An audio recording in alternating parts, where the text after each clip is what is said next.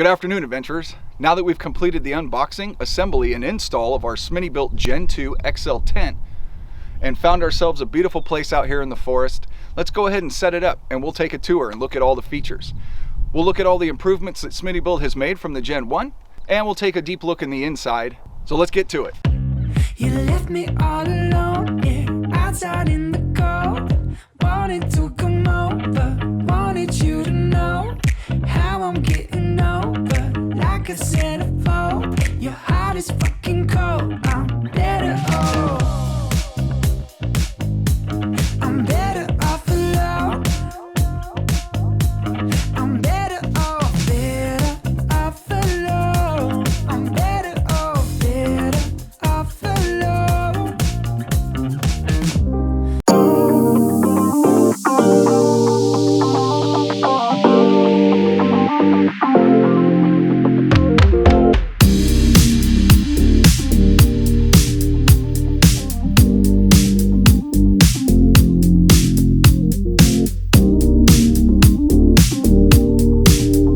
Now, one of the first things that SmittyBilt has upgraded on this was the actual cover itself. It's a very durable cover. The material isn't really that different from the Gen 1. What is different is that the Gen 1 was Velcro all the way around. The Gen 2, they listened to the consumer and they put a zipper all the way around. What's helpful about this is it does make it easier to take off and put on, as well as Velcro does wear out over a period of time and multiple uses, allowing wind to get up underneath the cover, creating more wind resistance. They also added straps so that you can strap the cover down to prevent any of that poof up of the cover. So one of the more important and decent features that they upgraded.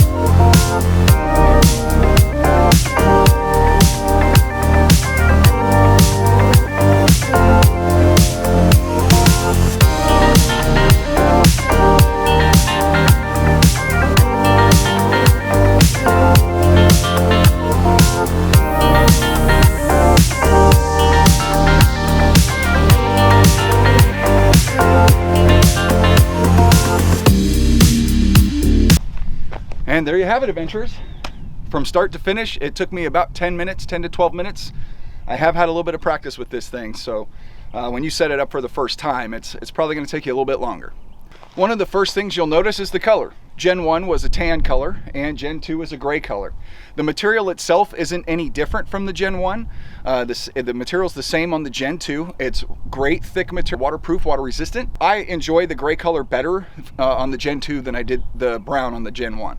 Let's go ahead and take a look at some of the improvements that SmittyBilt has made. One of the most noteworthy improvements is with the ladder itself. The Gen 1 had a sliding rail ladder that people complained a lot about and had to fight with. So on the Gen 2, SmittyBilt put a telescoping ladder. It works a lot easier. It's a lot easier to work with. It's a lot more stable. The only problem that I found with the telescoping ladder is being able to position it exactly where you want. There's only one set of holes for the locking mechanisms for the steps. And so if you don't get it positioned exactly right, this thing can flex a little bit as you get into it. SmittyBilt does provide directions explaining how to drill holes in the side rail system so that you can increase the positioning using a 3/8" drill bit. I really think that that's something that SmittyBilt could have done during the manufacturing process. I don't think it would have added any more difficulty for them and not added significantly to the price at all. So I really think that that's something that they could have improved on their own as opposed to asking the consumer to do it for them. The rooftop tent has openings on all four sides. Just like before, the openings are held into place by these brass rods. Don't be afraid to bend those. They slide into pre-drilled holes in the frame right under here. The rainfly is removable. This is important when we go inside to understand the benefits of having the rainfly be removable and the other features inside. In high wind conditions, you can tighten the rainfly down using those straps there. The tent has straps underneath here and comes with lanyards so that you can stake the veranda or vestibule to the ground. preventing a lot of windage and keeping the tent more stable. On either side of the tent, underneath these flaps, there are these hooks right here. See that? There's another one on the other side of the tent. It's important to understand that this is here. Having those in place will prevent the tent from flexing up and down in high wind conditions. These must be undone when stowing and putting the tent away, or you will damage the tent. Now, as I was mentioning, the rain fly is removable. This is important to note because when you remove the rain fly, there is no cover on this side of the tent, which is more likely where you're going to have your heads. That gray area that's rolled up right now, you can actually attach that to the poles when the rain fly is removed, providing an awning and cover for this window. Another feature that isn't unique to SmittyBilt is the screens and windows can be opened from either the inside or the outside of the tent, adding a lot of versatility for setup. All right, let's go inside.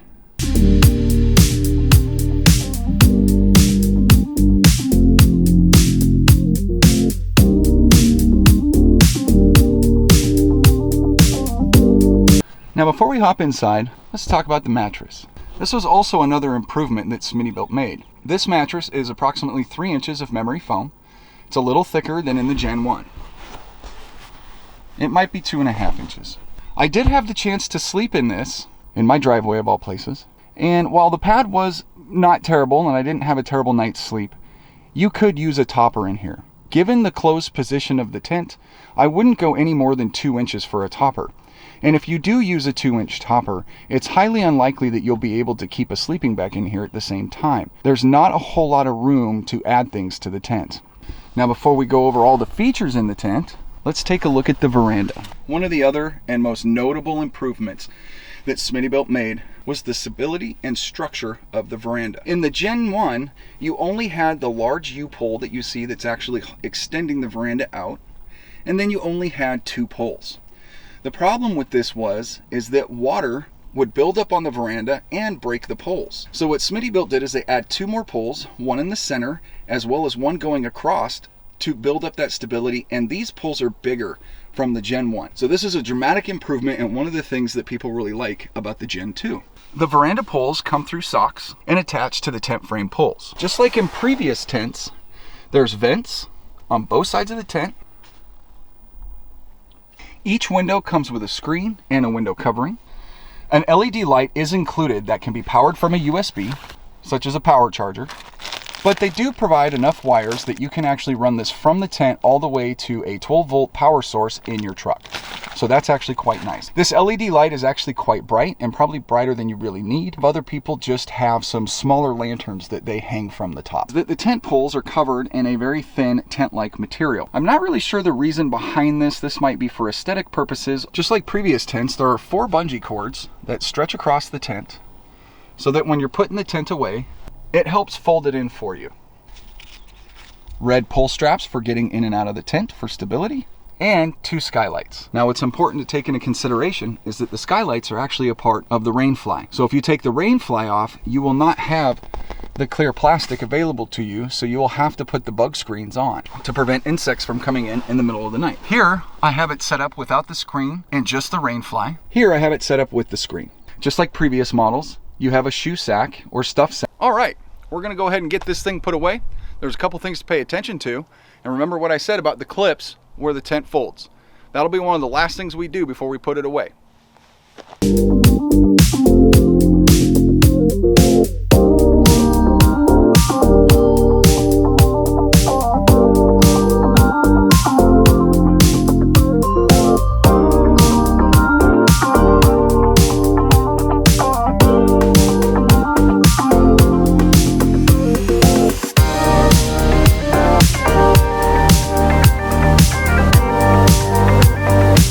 One of the lesser known features about the tent is there are toggles on the outside of the tent that don't seem to serve a purpose. Those are for fastening your rain fly down so that when you're putting the tent away, it makes it a lot easier.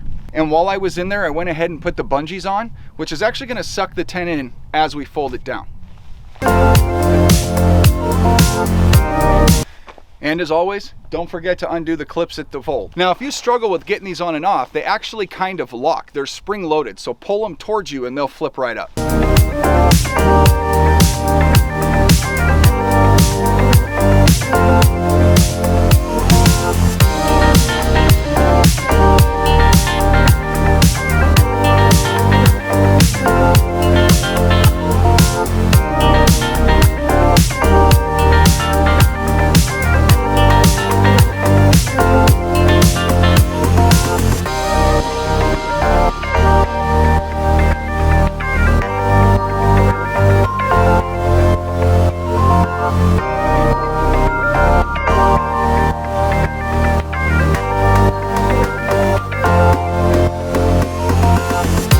and that's it.